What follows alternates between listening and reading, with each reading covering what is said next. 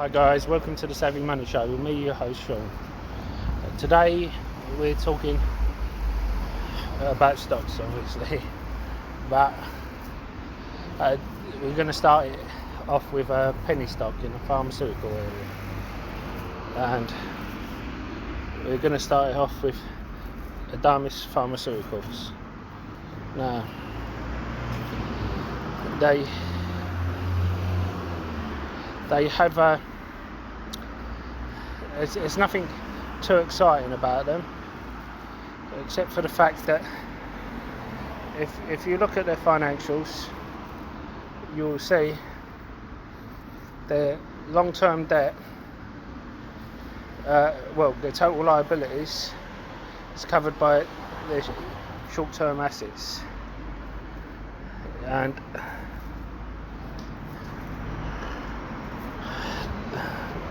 the thing is, there's not too much information about it. Book value is 45 cents a share, and it's at 95 cents a share. Now,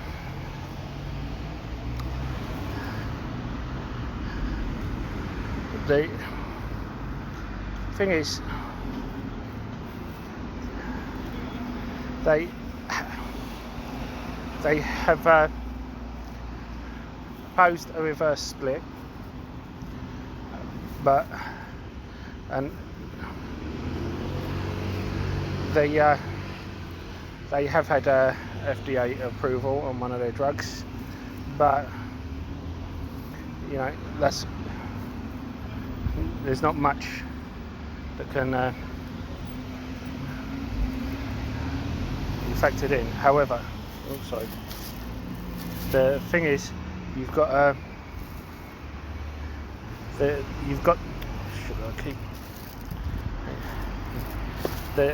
thing is that the good news is that they have cut their expenses on their R&D by a third during this crisis. So they cut their expenses. Their income has improved, obviously, because they cut their expenses. So I think it's one to do a deeper dive on. I haven't had the time to do a deeper dive properly, but I think it's one worth further looking at. Anyway, on to the next one. And don't forget to hit that lovely like button, almost as lovely as me. Helps with the YouTube algorithm and getting the video out to more people. And don't forget to hit that subscribe button if you haven't already. Become part of the Savvy Money Show family. We give each other hints and tips and updates about stocks and shares we talk about on the show.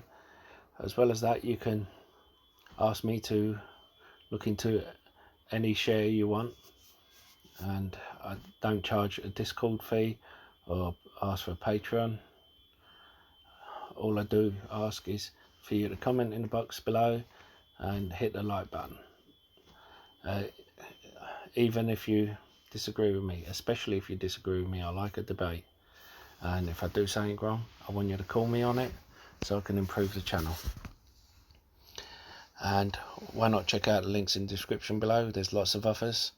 I've used each one of them myself. I wouldn't give you links if I haven't checked them out myself. If you're looking for a free trading platform which should trade your stocks and shares, you can get a free share worth up to £200 for signing up and depositing a small amount. A free trade only requires a £1 deposit. The others require £100 or dollars, depending on which one you go for. Stake has over 3,500 US stocks on their books, which is the biggest one outside of the US. Whereas Trading 212 is one of the best and easiest platforms to use. But as I said, I use all three. Anyway, on with the show. And I know what you're thinking. It's all about Adamas. Adamas. Potato. but this one has run up 20%, and if there's a pullback I will be going into it. It has just received FDA approval again, whereas the other one received FDA approval a while ago. This one has cut its R&D expenses again by even more. It was 8 million and now it's 2.6 million. It's also cut its other expenses. It's increased its net income quite a bit. It is loss making, so you've got to be aware of that, like the other one is loss making. But you know, you've got to see, this is 163 million against 162 million, so financials aren't quite as good. But the thing is, this is one of those 50-50 ones that could spike up, and it could make out of Donald Trump's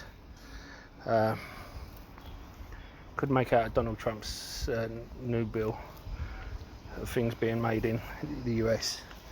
Now, I'm not just picking US pharma stocks out of the air. I've looked into them.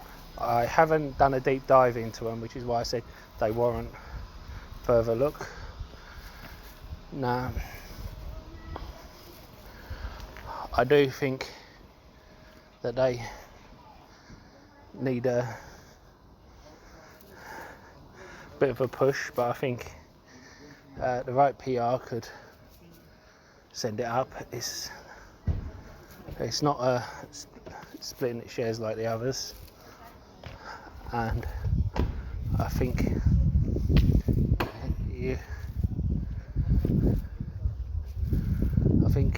it's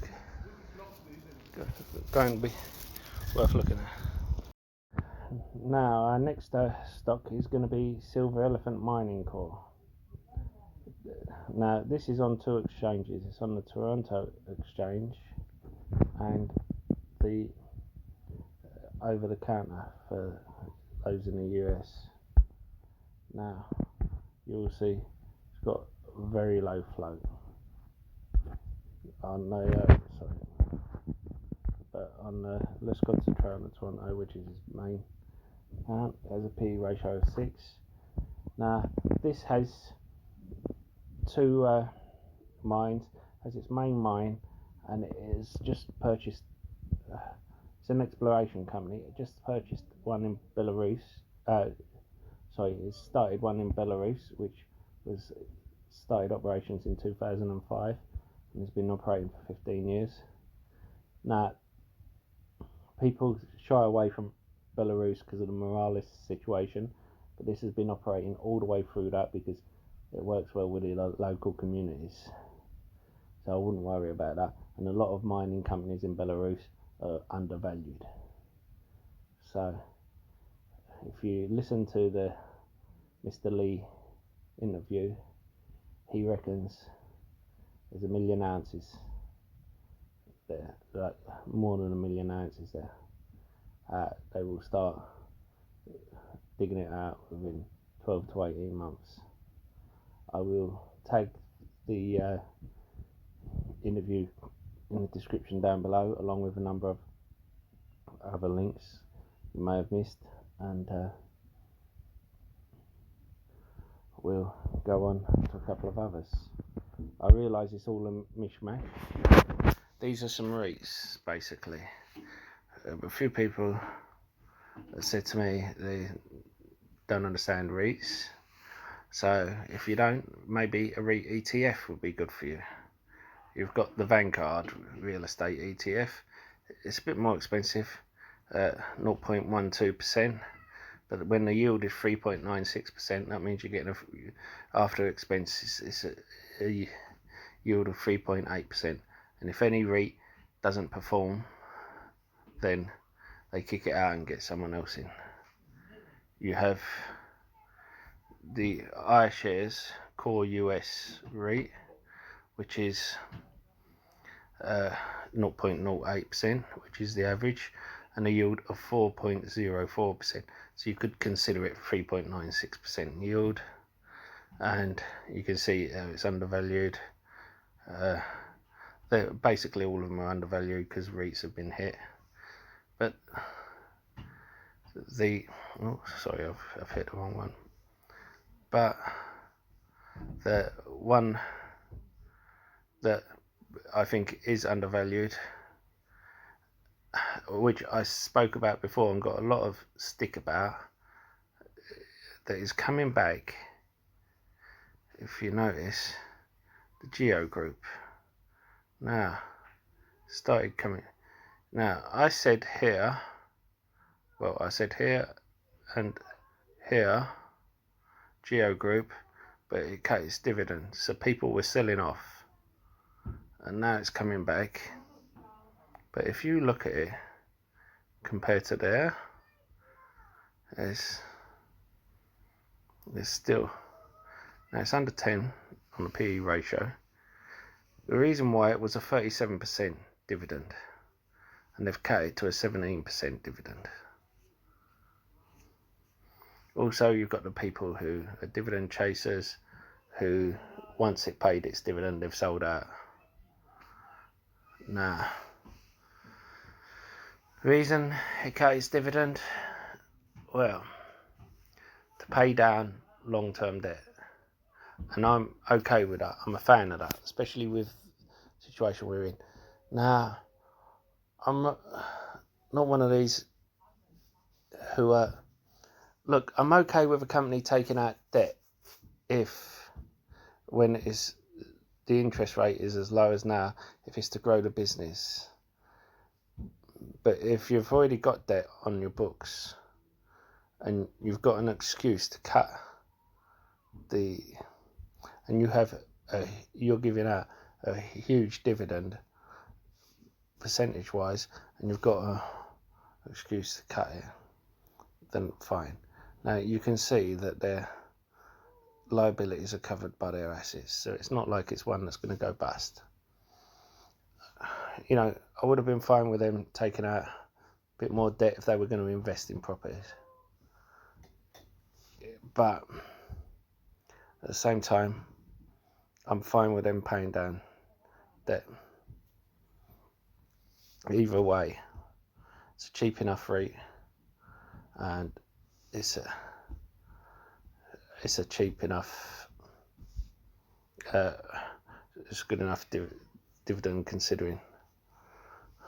Now, the beta throughout all this, it still stayed under 1, and they're saying a good beta score should be under 1, so it isn't that volatile despite everything that's happened. Now, we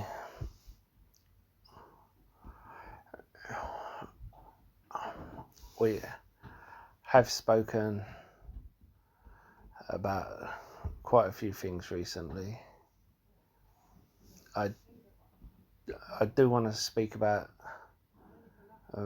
valuations and plans, because I do think it's important, because you're getting people going in blindly. Now, growth stocks are outperforming value stocks. Why? Because they grow. The likes, we saw, I said this after earnings, we saw Apple and Amazon go up 10, maximum 15%, and because they smashed their earnings. Now, they, don't get me wrong, they are growing, but they're not considered growth stocks. You know, they do grow year on year, but they're not. Look, you can't consider them value stocks. They are growth stocks, but you cannot. They've hit a point where they only have limited growth. They cannot grow at the same amount. So when you look at the Spaq stocks, that's what I mean. Sorry, the Spaq stocks, the likes of Hyliion, Workhorse, box like Tommy Solutions, Kronos, even Kodak, you know, even Genius when it was 11 cents a share. Ones that can go up 100, 200, 400, 500, 1100%. If any one of them had beat their earnings by the amount of Amazon or Apple, they would have shot up 50% on the back of that. Because they can grow so much more than Amazon and Apple.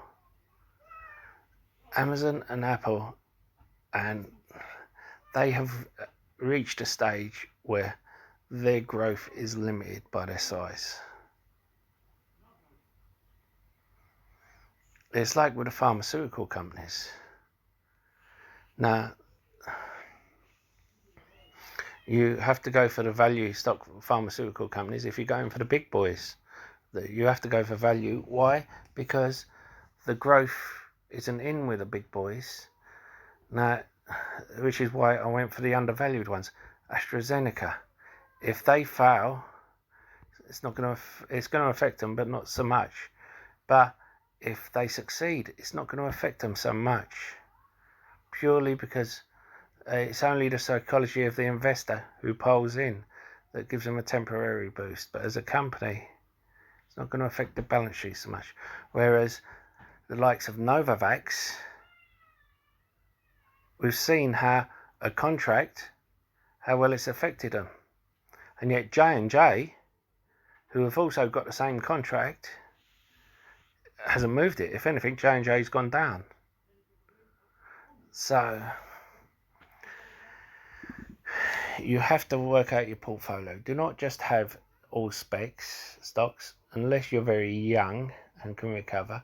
Do not have all growth stocks. Do not have all value stocks, because otherwise you will. What happens when bank stocks come back to 4%, 6%, and they're getting more than your giving more than your shares. Now, you want to have a plan. Before you go into a share, you want to have an entry and an exit plan. You want to write down that, not just write down, oh, this company was at this price, so, and it's this price now, so I'm going in hoping it goes back to this price. It's not the way to do it, because it could carry on going down. Look at Genius. You know, there's plenty of people who got in here, or got in here thinking it's going up to here, and are still bag holding with it down here, waiting for it to go back up to here. Now, the other thing is, do not be afraid of all-time highs. Now, Facebook. Now, I got in, before I speak about all-time highs, do not solely listen to analysts. I got into Facebook and Google when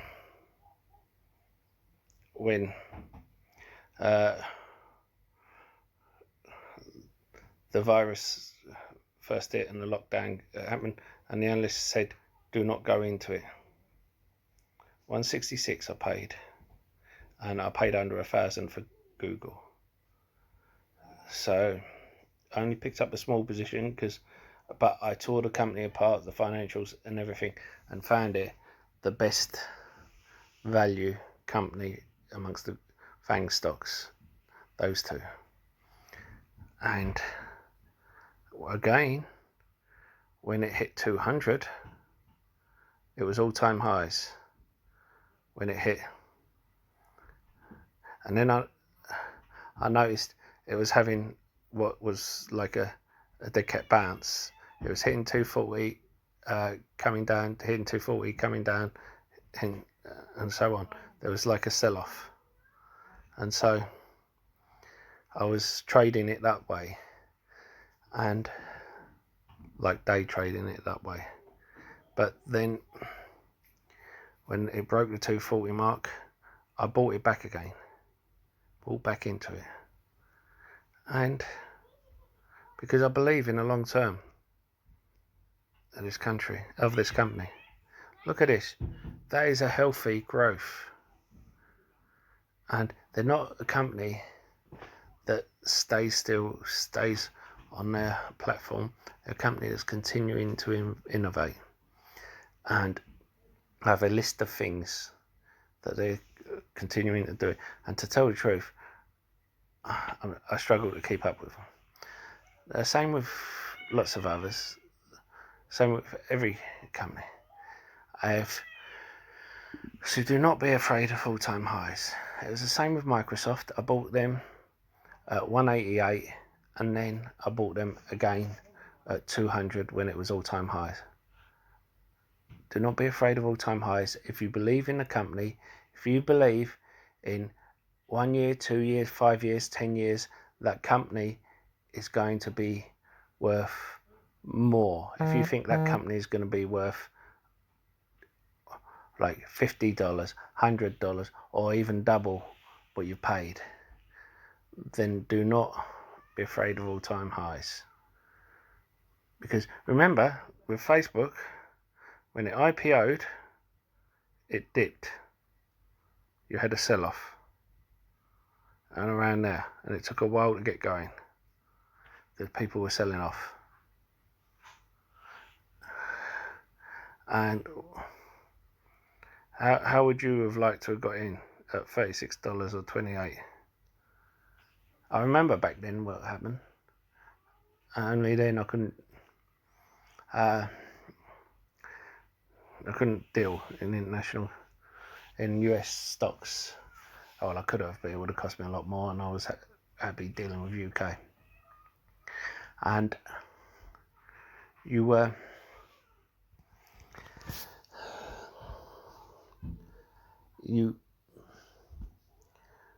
need to do your research before going in.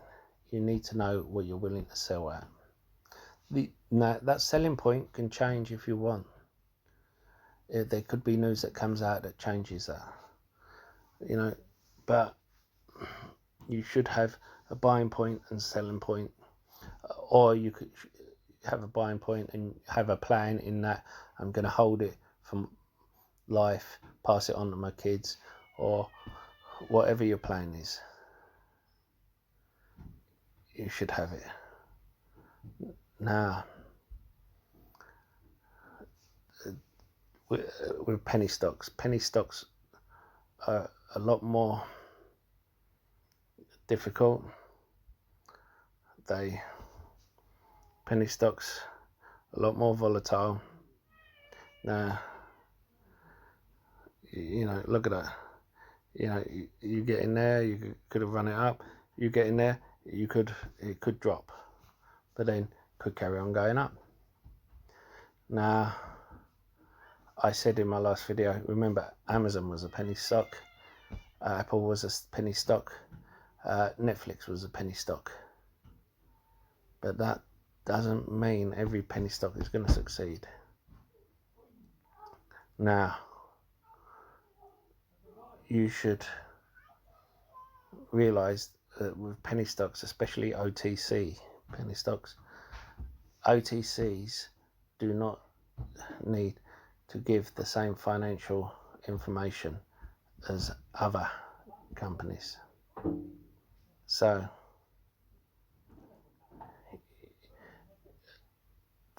penny stocks also have higher volume.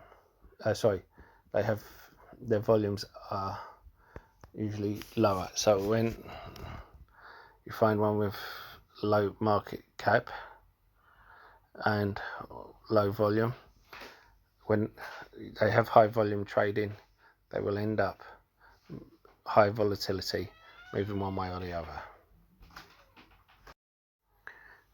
That's all for now. I'll see you in the next video. Stay safe, stay savvy, stay investing. Goodbye.